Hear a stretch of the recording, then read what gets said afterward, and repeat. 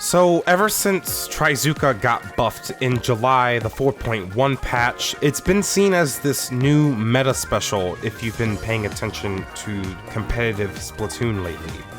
And naturally, there's a lot of negativity around Trizooka, saying that it's overpowered, you can't react to it, it's too easy to just get kills with it, and too easy to spam it, especially with like Splatter Shot, and you know, it's been this whole debate on X, the internet, Discord, and honestly, I think it's just all a little bit dramatic.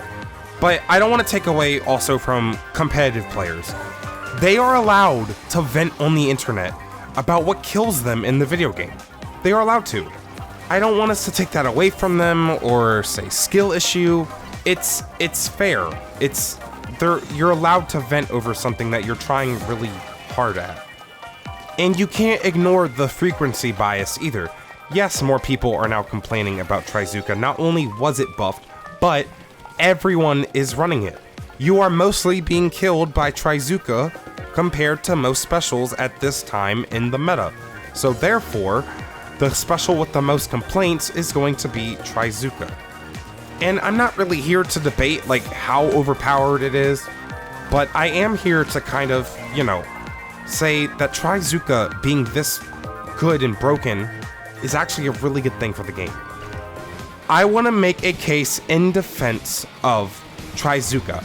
I think what we've learned from Splatoon's meta history is that it's really healthy for the game when interactive gameplay is at the forefront in the form of specials that are offering something called skill expression. In my opinion, something that lets players show skill expression is something where the best players in the game are able to get the most results compared to players that are not as good at the game. Obviously, in a competitive game, if we want integrity, that's something we definitely kind of want. Specials such as like Tenna Missiles and Ink Armor from Splatoon 2, they were so easy to get value out of them because they require so little mechanical or strategical input to function at its highest level. And that's what makes me appreciate specials like Crab Tank, Inkjet, Trizooka. They're entirely different weapons that you have to mechanically learn with clear weaknesses that reward the player greatly when you actually learn how to use the special correctly. So missiles, Whale, Wavebreaker, Inkstorm, and even kind of Super Chump, they let the user express, in my opinion, minimal skill. When you use these weapons, all that you get to really do is pick the time that you want to pop the special, and you can kind of pick a general direction in which you want to fire it in. From there, the special is just kind of doing automatic damage for you. And don't get me wrong, it's great to have specials like these. It's my personal favorite style as a former custom junior player. The whole kit was like kind of automatic. But when you compare it to Inkjet and Trizooka and Crab Tank, it's great to have specials that are really easy to use. But Inkjet, Trizooka, Crab Tank, these are specials that require timing. They require kind of specific aiming at your opponent.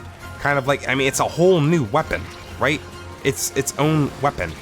You have to expose yourself. Your movement options are either limited or they're just different than usual. You have to learn how to use them wisely.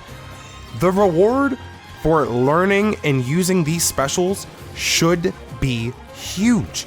It should let players with higher skill express their skill, express how good at the game they are.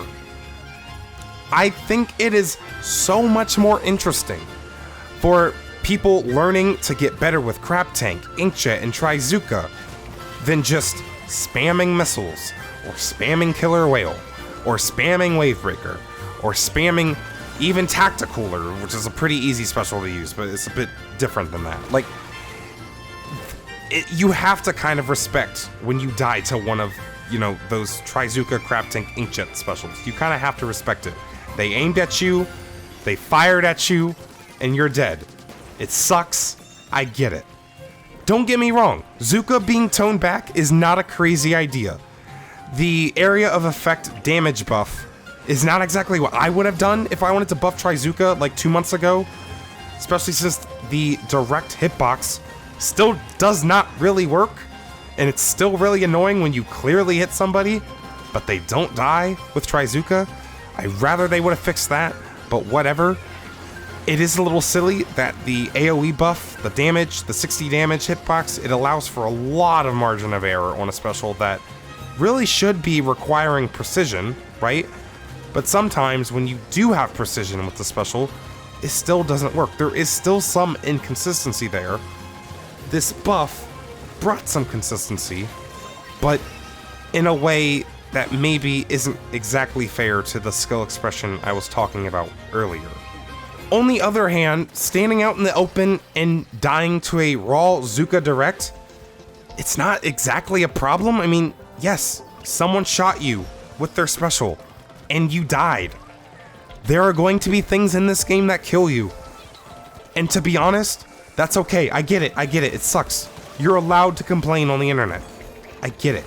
I'm not going to take that away from you. But as long as Tacticooler stays around in the meta, I think it's perfectly fine to have stuff like Trizooka be really strong right now. The game, the meta, it's never been faster. More action makes a quick game like Splatoon more fun. No one wants to stand around and just paint the map the whole time. Landing these sick Zuka shots gives me so much dopamine. It makes the game so much fun, even at a competitive level. I've really enjoyed Splatoon 3 this past summer, and I'm really looking forward, a bit cautiously, to its future, because I really don't want to see them gut Trizooka. Because I certainly think that Splatoon 3 with all these big guns and tanks and jetpacks and steroid sodas is so much more fun than spamming your autopilot special that's doing all of the work for you.